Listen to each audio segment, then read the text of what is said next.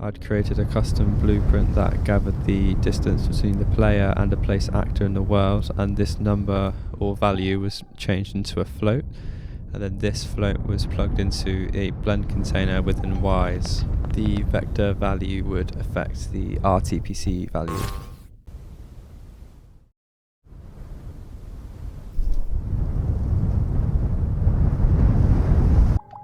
Another way I'd implemented wind is by placing actors around specific parts of the world. So for instance, in this part, there's a distant wind in the background as the camera zooms out, and it gives this feeling of space. And I had also added in perspective changes for these cog sounds. So when the player was stood above or next to the cogs, you'd be hearing the high end and the mid end, whereas if you was to stand below the cogs, you'd hear the low bass end of the sounds.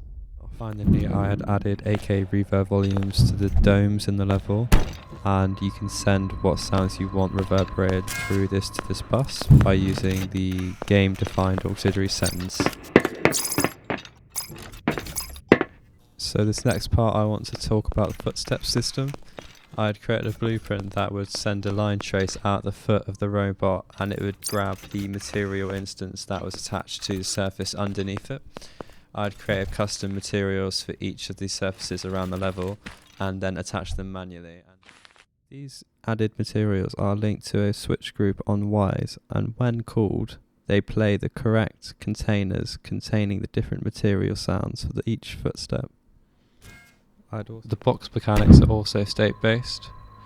Whenever the player picks the box up, it will play a short sound effect, and whenever the box collides with something, it will play a collision.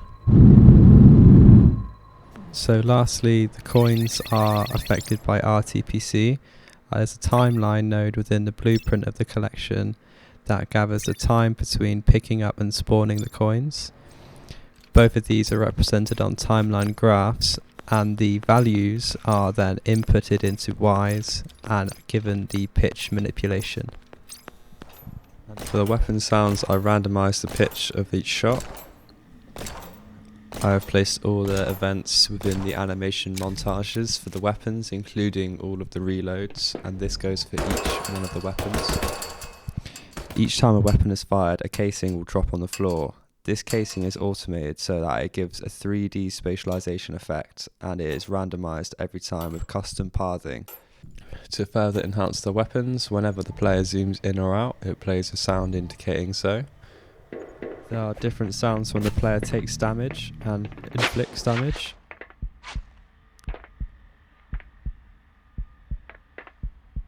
As well as a respawn timer and death sounds. The heartbeat and bandpass you heard were controlled by an RTPC that is going through the main mix bus. After a certain amount of health goes down, the heartbeat is introduced, as well as a bandpass being filtered through the entire mix. The heartbeat sound, however, is filtered through a different bus, making sure that that is not bandpassed. When the enemy is hit, it will play a sound indicating so, as well as a kill sound, indicating a player's taken down another enemy. I have designed 3 different sounds, so there's variation, as well as the enemy kill sound that you just heard in the example.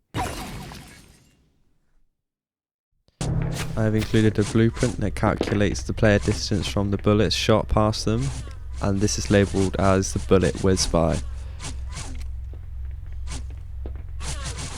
I have included variations on each, and they are attenuated around the player. There's an attenuated hum for the portals, as well as a teleport sound that is played at the location of teleport.